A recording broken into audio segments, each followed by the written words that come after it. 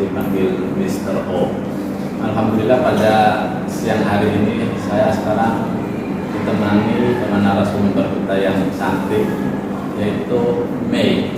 Siapa Mei itu? Nanti Mei akan menyampaikan langsung secara singkat.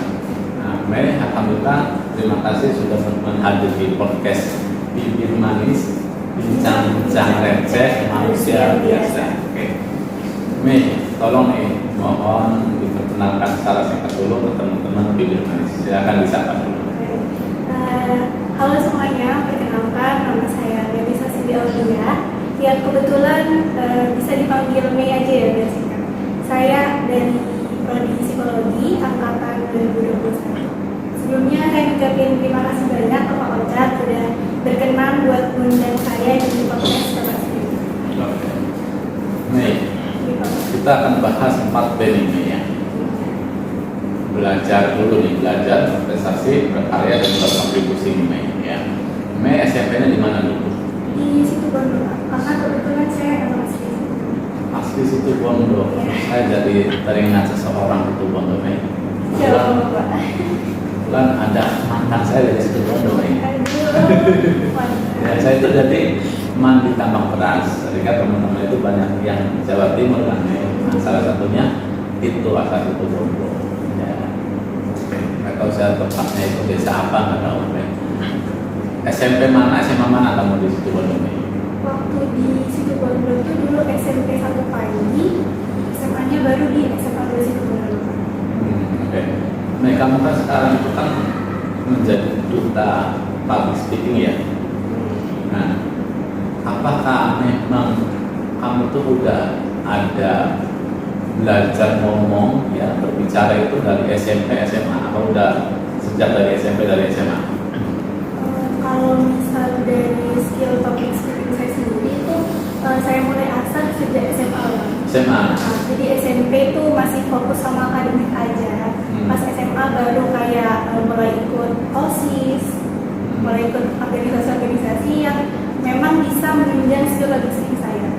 Terus masuk kuliah, dengar info dari beberapa dari cutting itu ada komunitas public speaking gitu. Itu kesempatan saya buat join itu emang tinggi banget. Berarti kamu kenal sama Nuris Nuris Sofa. Laki-laki? Iya, dari Sampang tahu. Iya, dari Sampang. Berarti public speaking juga dia. Duta juga. Nah, duta public speaking itu bagaimana akhirnya bisa menjadi duta di public speaking? Apakah memang anggota-anggota kalian yang memilih atau bagaimana? Kalau duta public speaking sendiri itu udah ada dari 4 tahun yang lalu, tapi baru disahkan itu dari tahunnya saya Bapak. Pertamanya duta public speaking itu masih di bawah namanya Departemen Posdm. Jadi dari seleksi pemilihan, penilaian itu yang ngadain Departemen Posdm. Dari pengurus public speaking. Tapi di tahun saya itu dari pembina menyarankan kalau misalnya duta ini bisa dari pengurus. Ada paguyuban sendiri gitu. Dan kebetulan alhamdulillahnya saya juga diamanahi sebagai ketua paguyuban duta public speaking di tahun 2021. Tahun 2 tahun yang lalu. Ya. Dan karena itu baru apa ya Pak istilahnya baru terbentuk lah paguyuban duta public speaking itu, jadi pembina itu menyarankan udah kamu aja dulu ketuanya selama 2 periode ke depan biar adik-adiknya belajar. Setahun ini udah mau lengser nih Pak ceritanya. Apalagi ada paguyuban yang lain.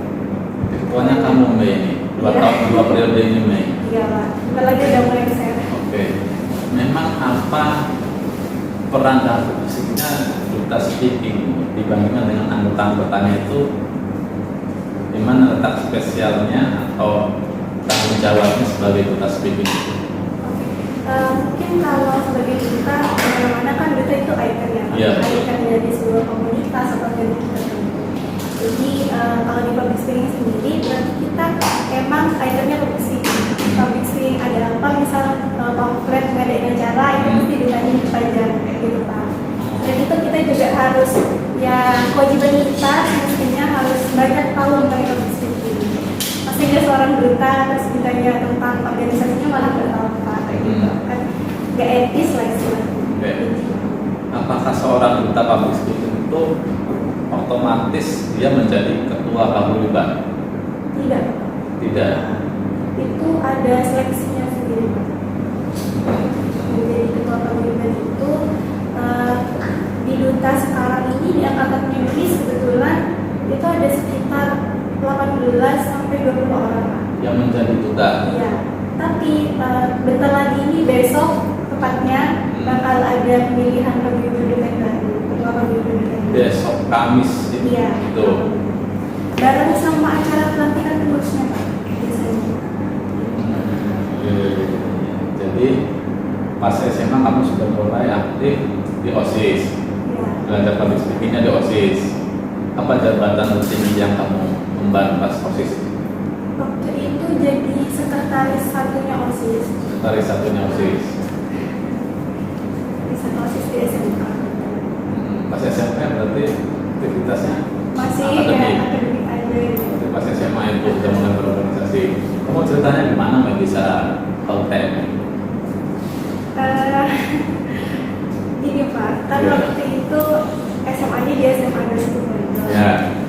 Kebetulan di SMA 2 Situbondo itu ada akselerasi, siswa akselerasi. Kamu termasuk dari akselerasi itu. Iya, jadi Wih, keren. jadi SMA ini cuma 2 tahun gitu. Oh, 2 tahun ya? Iya, masih muda juga. Masih udah berapa men? Masih 18 tahun. Semester berapa? Semester 4. 18 tahun. Gimana ceritanya akselerasi itu, Mei? Apakah pas masuk SMA itu langsung ada pembukaan pendaftaran untuk kelas akselerasi atau bagaimana, Mei? Kalau di SMA saya kebetulan akselerasi itu ditunjuk Pak. Jadi Ditunjuk. siswa SMA yang nilainya di atas rata-rata, di atas 85, di 640 wajib SMA itu pakai matematika, biologi. Nilai dari SMP-nya kelas 9 nya. SMA semester 1. Oh, semester 1 kelas 10. Ya. Terus ditunjuk ya sekitar 11 orang gitu Pak. Apa perbedaannya sekolah siswa yang reguler dengan siswa yang kelas yang akselerasi?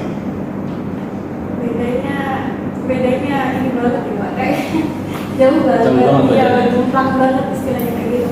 Kan kalau reguler ya kita menjalankan aktivitas kita itu normal istilahnya, kuliah, sekolah, pulang jam 4 sore, kalau jam makan apa gitu.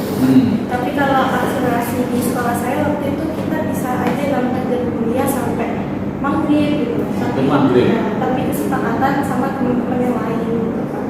Biar kan kita juga harus ikut menjalan ini. Iya. Kamu sanggup itu menjalani itu semua?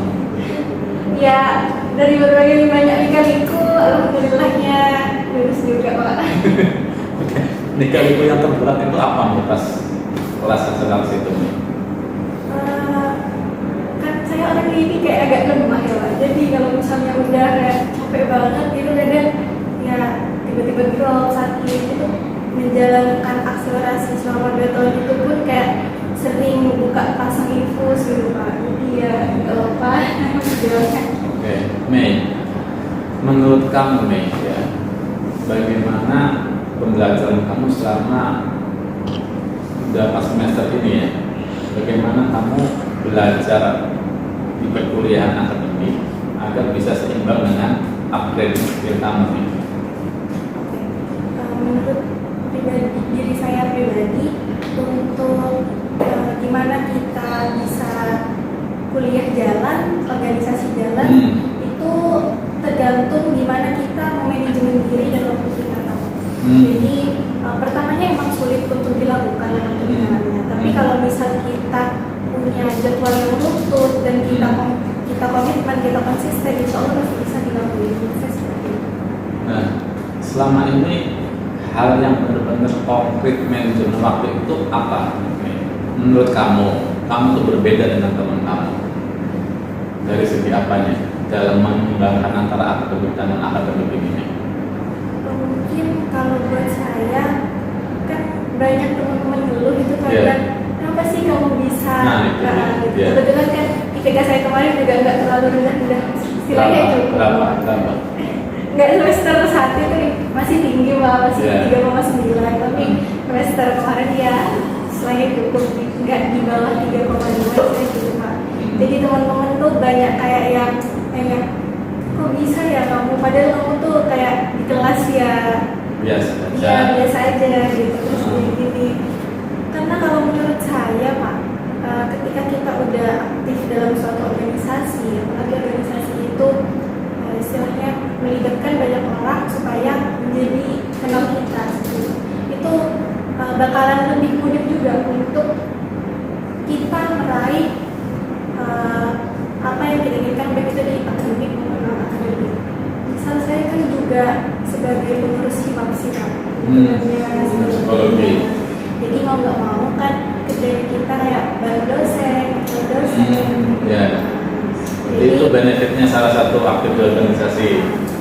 Karena menurut saya kalau kuliah itu kita nggak cuman fokus di kelas mendengarkan apa yang dosen sampaikan, terus cuman jalan di akademiknya saja, itu tidak cukup Pak. Kita juga harus barengin dengan skill kita, di mana kita bisa bersosialisasi dengan orang luar, itu sangat perlu. Gitu. Berarti kamu kenal dengan Ella, Iya. Nabila, Iya, kenal. terus siapa lagi ya? Lupa yang udah pergi sama saya tuh. Siapa aja ada nggak yang cerita sama kamu? Sabrina, iya Sabrina. Bisa nyanyi itu ya, dangdut itu ya. Nah, udah ngobrol sama Sabrina. Iya, kebetulan Sabrina yang ngabarin. Ini diajak Pak ajak podcast. Oh iya Sabrina, bener. Yang ngasih nomor kamu juga Sabrina. Iya Pak. Ya, tapi ya udah Ya. mau. Oke. Gini, menurut kamu Mei, sekarang kan kita kan di zaman era digitalisasi ini. Menurut kamu tantangan kamu secara konkret nyata yang kamu alami sendiri, tantangannya apa belajar di era seperti ini saat ini?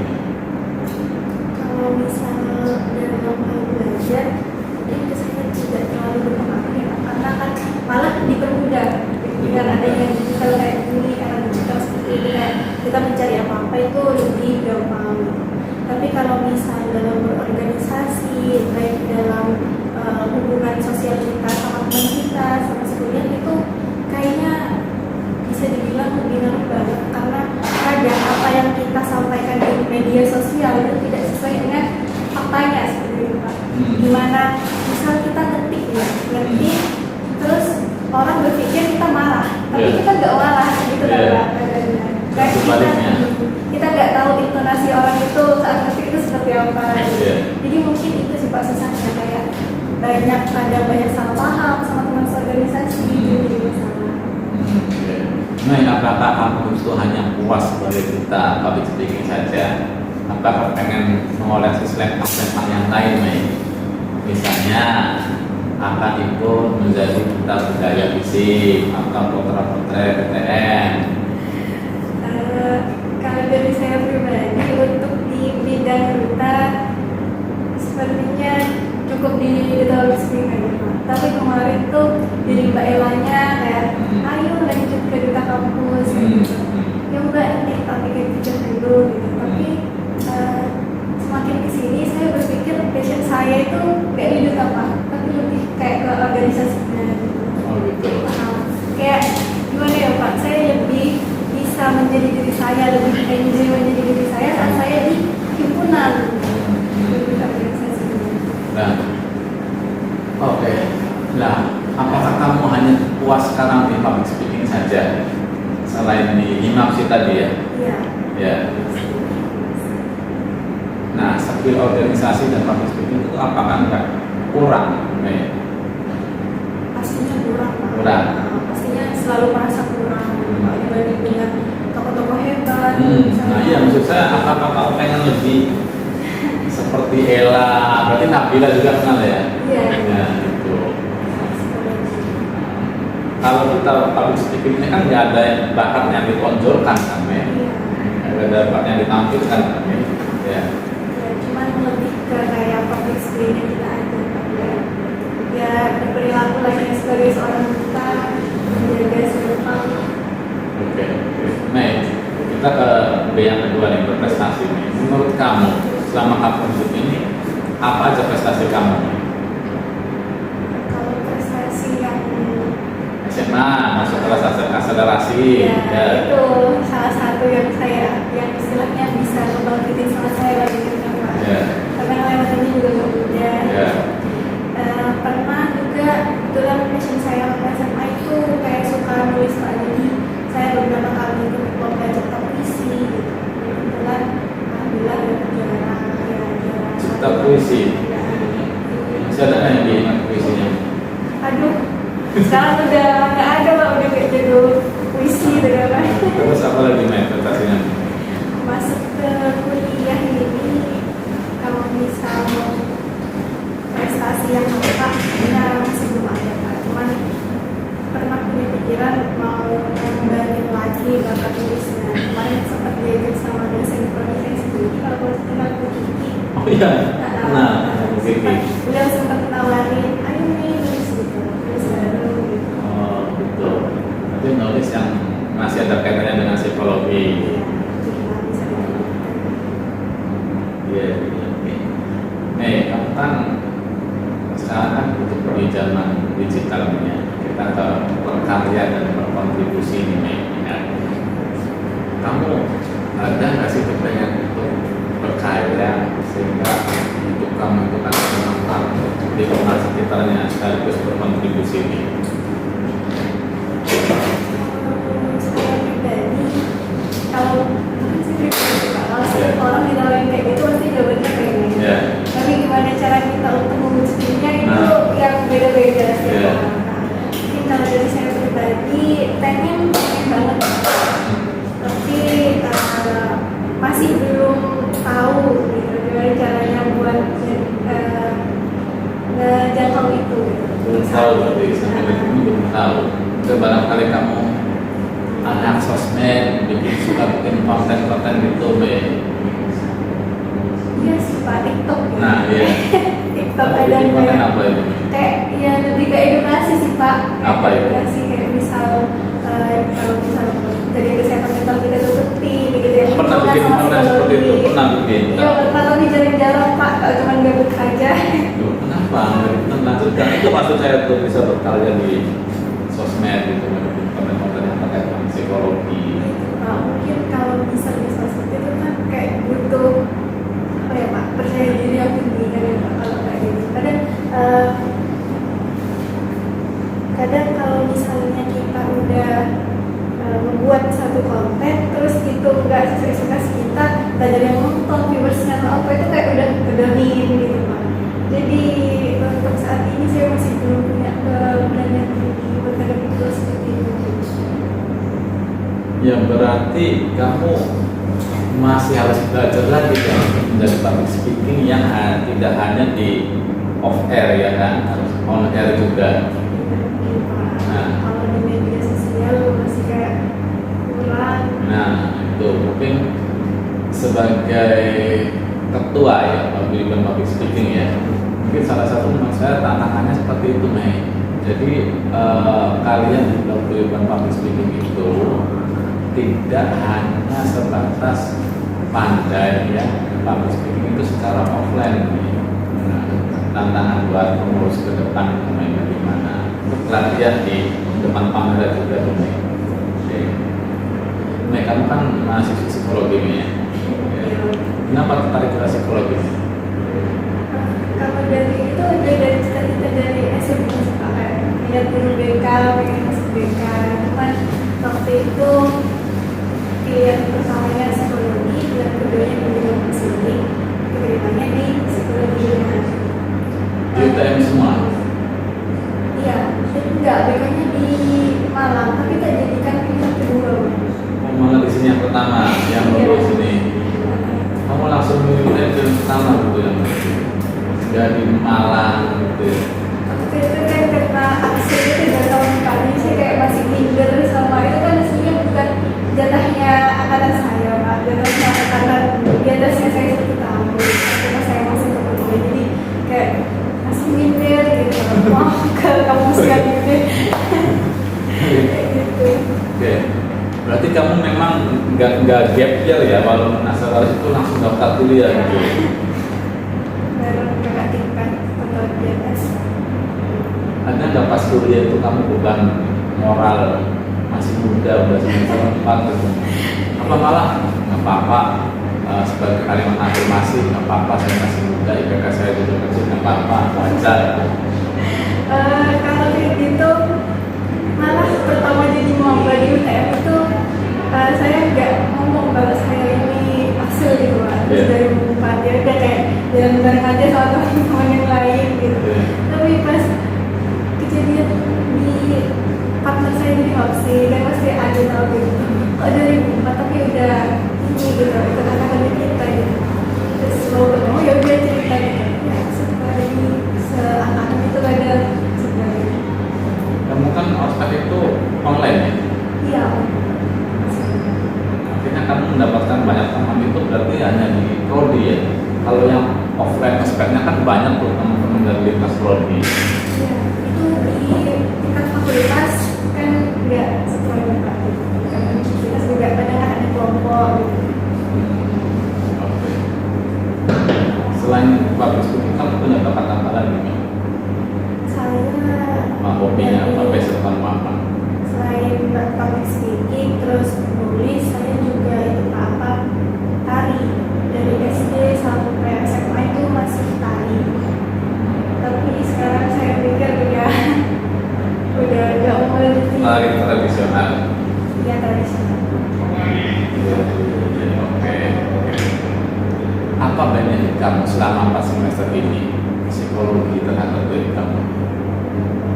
Kalau benefit tertulis mungkin masih dipanggil, tapi kalau misalnya untuk diri saya sendiri, dengan saya menjadi mahasiswa psikologi, saya bisa lebih mengerti orang-orang di luar sana. Sudah pernah dipraktekkan langsung? Teori ini kamu langsung praktek langsung, oh ternyata Iya Pak, seperti ini. ada psikologi kan kayak gitu. Iya. Dosennya yang bahas satu teori kayak oh, ini kayak kejadian ini ya gitu. Kalau psikologi kan kebanyakan seperti itu. Jadi kadang secara nggak sadar saya kayak ngerasa istilahnya punya rasa kasihan gitu sama Bapak. Jadi padahal dulu saya bukan orang seperti itu Pak, kayak bodo amat gitu jalan sendiri-sendiri. Kamu mengikuti perkembangan kasus di sosmed nggak? Iya. Dan terakhir apa? Yang terakhir itu kemarin yang sempat menarik perhatian saya yang mahasiswa UI. Tuh. Kenapa itu? Gimana ceritanya? Katanya itu kan dia kecelakaan Bapak. Tapi dari Polres itu langsung menutup kasusnya. Padahal nyatanya tidak seperti itu. Dia kecelakaan karena ada beberapa hal yang emang mengganggu pikiran dia. Dan itu berkaitan dengan kampus. Seperti itu. Kalau yang viral tentang Elisa tahu Nggak tahu. yang dibunuh oleh mantan pacarnya itu. Oh iya, Menurut tahu. kamu gimana? Bisa berkaitan dengan psikologi? Bisa sih Pak.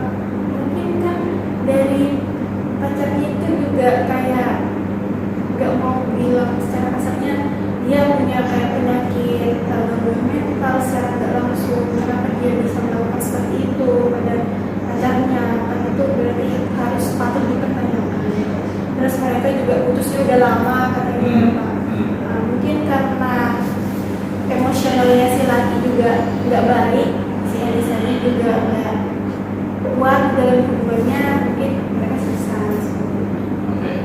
Kamu sebagai mahasiswa psikologi ada nggak pesan-pesan untuk teman-teman yang sedang menjalani suatu hubungan ya agar tidak terjadi hal-hal yang tidak diinginkan atau toxic relationship? Mungkin kalau buat teman-teman yang sekarang lagi ngejalanin hubungan nih, terus kalian merasa kalian ada di suatu hubungan yang toksik menurut kalian, tapi kebanyakan orang yang seperti itu kayak susah buat keluar dari hubungan itu. Jadi saran dari aku pribadi sih lebih dikuatkan diri kalian untuk ini loh diriku gitu. Apa yang membuat kalian bahagia silahkan dilakukan tanpa takut imbasnya apa, silahkan biarkan diri kalian sendiri. Mungkin seperti itu. Nah, kalau toksiknya dari pasangan kita bagaimana? Ya, kebanyakan tuh saya juga dulu kebetulan pernah ya Pak. Pernah? Iya, dan itu lepasnya emang susah banget Pak. Nah ya gimana tuh coba tips-tipsnya agar Ya bisa lepas itu juga. saya akan dipikirkan kalau kebahagiaan kita itu lebih penting dari apapun. Saya akan dipikirkan seperti itu terlebih dahulu. Nanti lama kelamaan insya Allah bakalan kayak ngerasa oh aku sama dia juga bisa. Kenapa harus bareng dia yang malah nggak sesuai, nggak balance sama dia. Kalau dari saya pribadi kayak gitu sih. Iya, bagaimana mengetahui bahwasannya calon ya atau calon pasangan kita itu dia memiliki temperamen yang bagus dan tidak toksik gitu, ada nggak sih? Kalau Biasanya kalau malah udah berhubungan ya, misalnya jadian terus kadang cowoknya sakit hati akhirnya temperamen ya kan, makanya kalau misalnya masih calon ya Pak, Iya. kalau calon tuh kadang masih nunjukin baik-baiknya aja. Nah, Jadi iya, dari itu itu dia. terpancing. Nah, iya. Baru kalau udah jadi terus agak lama itu baru keluar sifat Keluar, kerjaannya. iya. Itu kayak bisa lebih dipilah. Emang sifat itu sifatnya dia pribadi atau emang muncul karena ada suatu masalah tertentu. Kalau misal emang muncul karena suatu masalah bisa dibicarakan baik-baik gitu. Tapi kalau emang sifatnya pribadi, kembali ke diri kita sendiri, gimana kita bisa mengerti pasangan kita. Biasanya seperti itu. Kalau misal si cowok ini punya kekurangan, lantas kalau misal kita nggak menerima, pasti kita iya mengambil kebaikan aja. ya. Itu bisa dipikirin. Jadi kalau misal bisa diterima silahkan diterima terlebih dahulu, tapi kalau udah kayak toksiknya keterlaluan dan itu nggak bisa untuk diselesaikan baik-baik, menurut saya lebih baik ditinggalkan karena kesehatan mental diri sendiri itu lebih penting daripada orang lain. Kesehatan mental diri sendiri itu daripada orang lain. Iya, tapi kalau misal diri kita nggak sehat, gimana kita mau menjaga orang lain kan? Jadi mulailah dari diri kita sendiri, baru kita bisa menjaga. Lalu dari pengalaman kamu kan pernah mengalami namanya toxic relationship. Bagaimana kamu bisa keluar dari bayang-bayang itu? Kalau dari pengalaman saya Iya. pribadi yang kemarin itu, Nggak sampai ada kekerasan kan?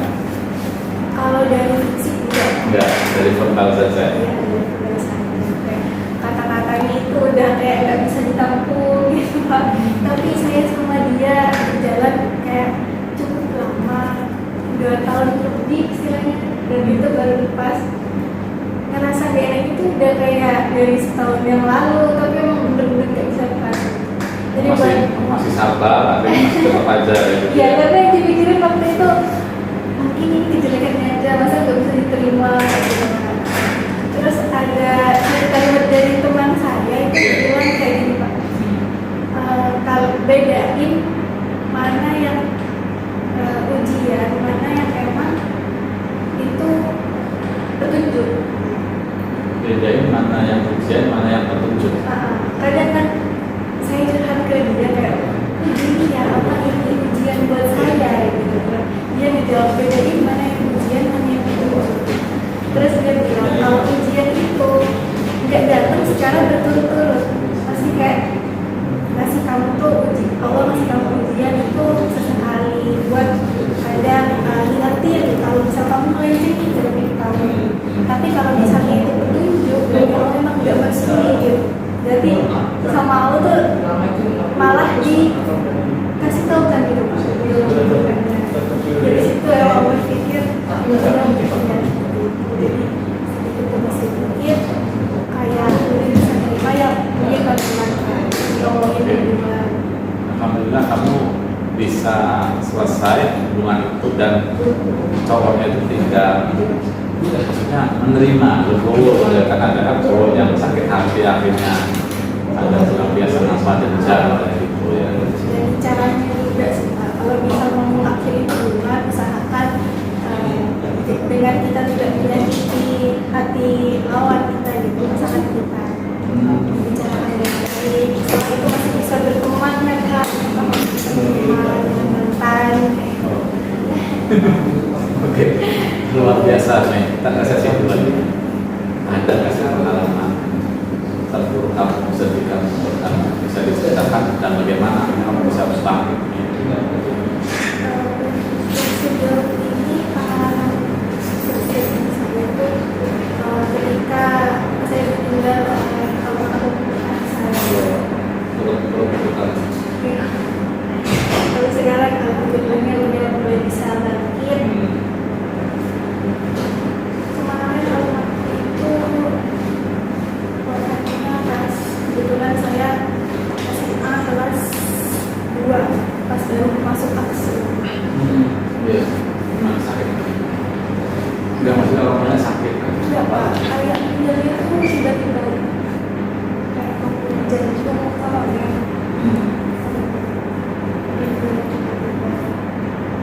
Kayak istilahnya beliau itu yang menjadi role model saya selama saya hidup, terus tiba-tiba menghilang, jadi bisa dibayangkan seperti apa rasanya hatinya pak. Juga waktu itu kebetulan pas waktu mau masuk ke SMA itu ekonomi keluarga saya lagi nggak baik gitu pak, tapi dengan beliau mengusahakan saya untuk tetap masuk di SMA yang bagus istilahnya di kota Sidoarjo itu, ya benar-benar kayak membuat bersyukur waktu berada. Akhirnya siapa atau apa yang akhirnya kamu berdiri tegak lagi, bangkit dari masa kesedihan itu? Kalau sedikit siapa mungkin karena saya merasa masih punya tanggung jawab kepada adik saya. Jadi setahun sebelum ayah saya meninggal itu adik saya lahir pak. Jadi adik saya yang paling kecil. Yeah. Dan itu juga cowok. Gitu. Anak saya di atas saya itu kan cewek juga. Ayah saya yang punya anak cowok, pengen punya anak cowok. Terus tiba-tiba masih belum apa-apa udah ditinggal.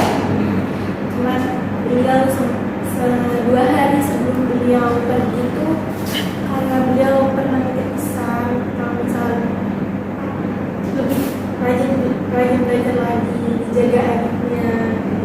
Harapan ayah ke kamu ini cukup besar.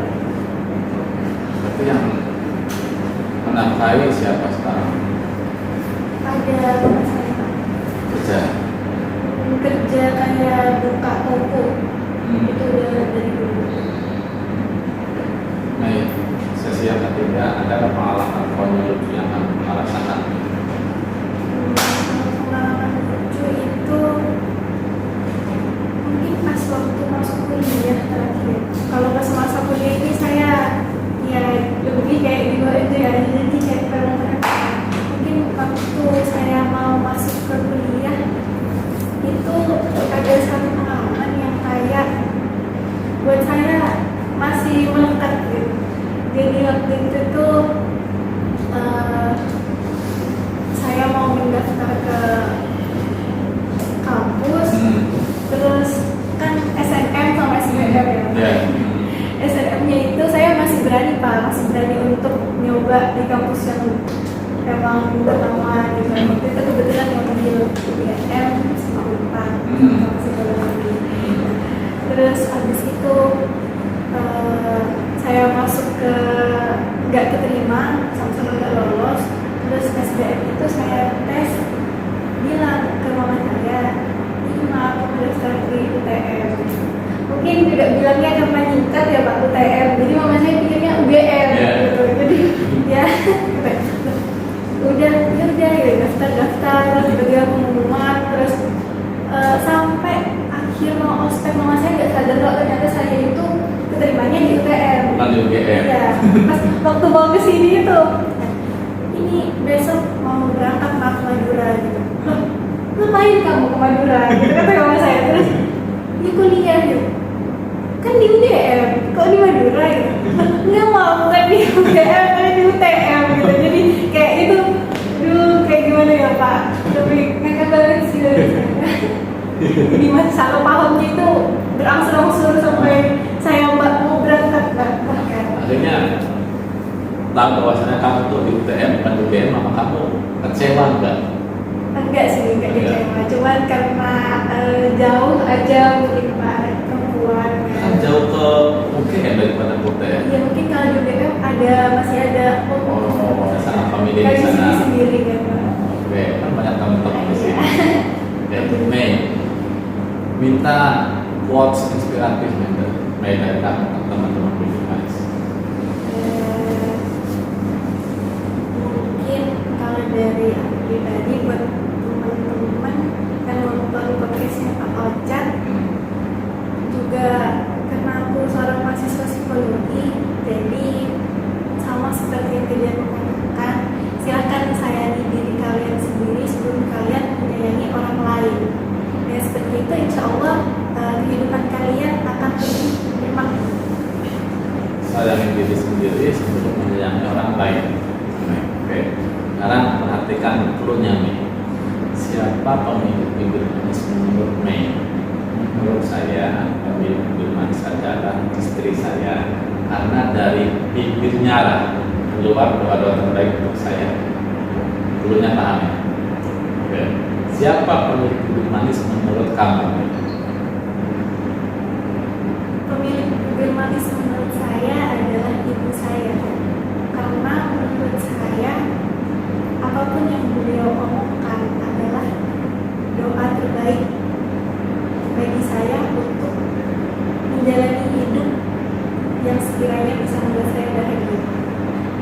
Karena doa seorang ibu kamu bisa menjalani hidup. Luar biasa, Mei. Makasih yang sudah hadir di podcast saya ini.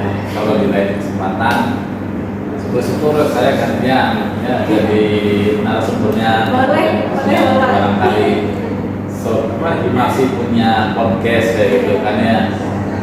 Mei, terima kasih, semoga sukses selalu, sehat-sehat ya. Pak Ocat juga Pak, semoga sehat selalu. Terima kasih kesempatan undang saya di podcastnya Pak Ocat. Oke, terima kasih. Baik, teman-teman Bibir Manis, sekian dulu podcast kita hari ini. Insya Allah di lain kesempatan kita bisa hadir lagi cuma dengan narasumber yang sangat inspiratif lainnya. Terima kasih. Jangan lupa like, comment, share, dan subscribe YouTube channel saya di Rosadi Sekar. See you. Terima kasih. Assalamualaikum warahmatullahi wabarakatuh.